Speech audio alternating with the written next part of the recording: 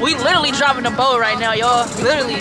Justice is driving and I am drinking. This is a different experience for us. We're definitely probably gonna do it more. We were just talking about inviting like friends out here because this is like a dope experience. We're in like the harbor of Newport, and so it's super dope. We got our kava. Justice just smashed her food. We got our champagne, so we're gonna cheers to 5 times infinity more. 5 times infinity more. Yes. Cheers.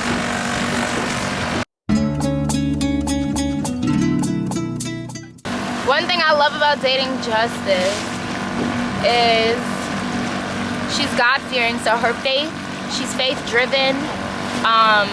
She might get a little shaky sometimes, but she knows that God is always there, and she's actually been the reason, the primary reason that my faith has grown, because I think a lot of gay people, we go through that phase of like not being accepted, and so we're like, well, if this is anything that God has a part of, I don't want to be a part of it. But Justice, being a masculine of center woman, that has pushed me to grow within my faith and ultimately be like a prayer warrior for our relationship as well.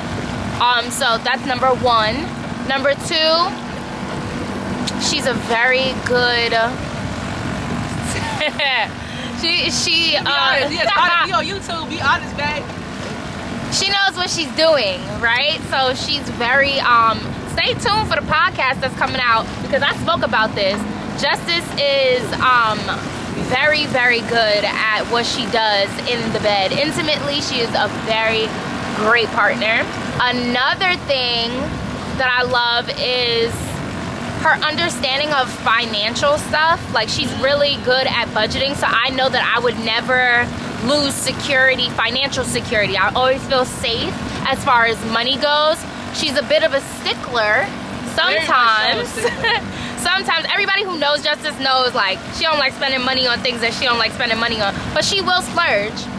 So she's a bit of a stickler, but it goes far. So like, I know that our house is gonna be amazing. I know that everything that has to do with money is going to be very well done. Number 4, what's number 4? The community. Oh my God. So I'm more of an introvert. I'm an extrovert, but I'm also introverted. And I think my childhood, we've been like speaking about like traumas recently, and I think my childhood kind of brought that up because I was homeschooled and everything because I was sick.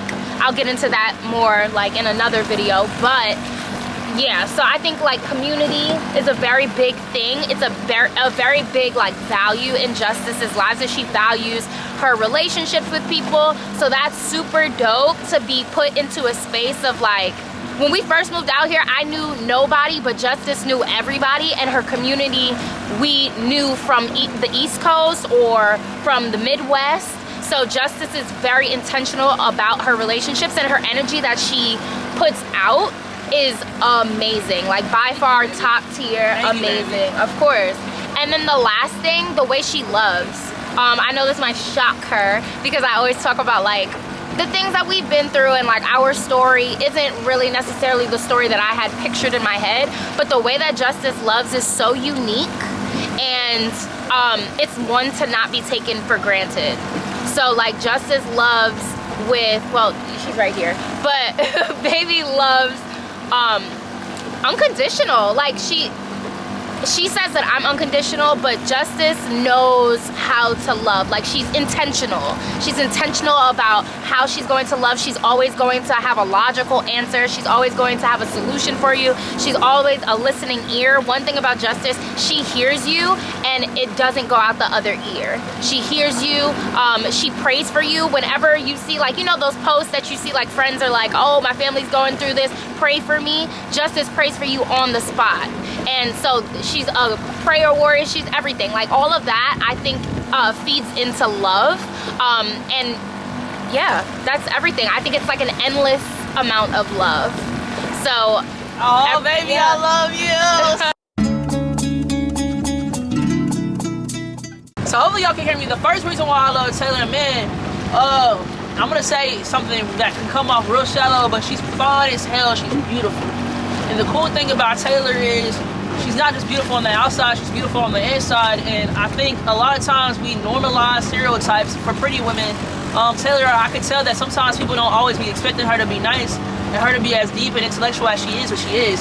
Her beautiful spirit on the inside is what kept me intrigued constantly by her. Like, she's the type of person, if we host, and I have a lot of people, like she said, I have a lot of family members, a lot of people that come to visit me, that come in my space, and Taylor treats them like it's her people, right? You would never know if it was my friends or her friends. She'll make sure they have a good time, she'll cook, she'll clean, she'll make sure if they need anything, and regardless, like, I feel like that's not only speaks to how she treats people when she's hosting in her own home or in our home, but also how she treats people. I mean, she's very passionate about people who are dealing with mental health issues or people who are homeless, and like, she's so nice. You know, a girl like her, I'm pretty sure she can like bag a NBA player or a fucking rapper or somebody who has way more money than I do, but she doesn't really get caught up in that. She knows who she is, she stays grounded in that, she loves God, and so how she treats people reflects that, and ultimately how she treats me. She loves me unconditionally. So her being fine as hell, beautiful inside and out, is the first reason. The second reason why I love Taylor is that she's very nurturing and patient with me.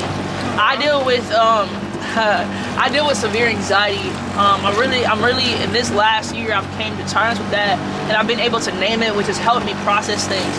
And to deal with someone and be as patient with someone as me with severe anxiety, and you know, I would say, to be honest, with severe anxiety, it makes me want to be controlling, and controlling not always in a bad way, but in a way of like, I gotta make sure everything's on point, but blah, blah, blah. She talks me out of it a lot of the times, and it's because of her patience and her nurturing spirit. Like, she grew up with all boys, and she was the second oldest, so quite naturally she took care of everybody around her, right. And that characteristic of her is what draw me to her. I'm like, what's going on? Yes, you know, it's like a party out here. So her being nurturing is so complete opposite of me. Like, she talked about me being good with money. Like, I'm good with holding down the house, make sure we got everything we need, but Taylor is make sure we got emotionally everything we need, right? We balance each other. We balance each other in that sense. So her being nurturing and fulfilling in that. The third one is, it's funny that she talked about my faith. I would say her faith is the reason that I love her. I think I talked about this in the video once. You know, she talks about how I led her to God, to be closer to God.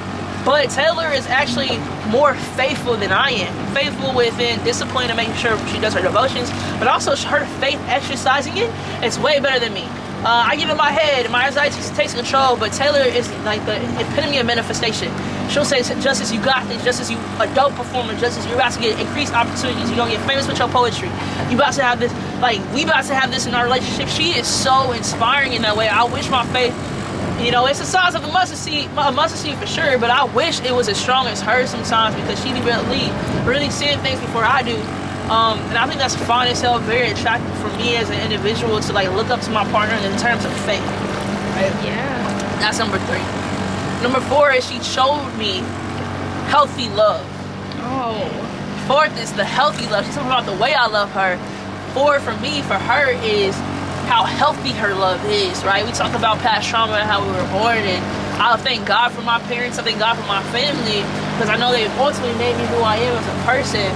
But one thing that I know is that we wasn't always healthy in that, right? And so, you know, watching Taylor and her family, the way they deal with relationships and how they talk to each other, and how patient they are with each other. We'll talk about patience a third time. But her being so unconditional in the sense of like, yeah, I might get on her nerves, I might annoy her, but the way she deals with that, the way she manages that and loves me through it is so fucking dope. I don't know if I can say fucking on YouTube. You can. I can say fucking on YouTube, it ain't the radio. We being vulnerable, y'all. It's so dope. Can we pause? I want to make sure we're going the right way, because that was an end, but I thought this was the one that took an hour. Alright, we got this to go is the back. one.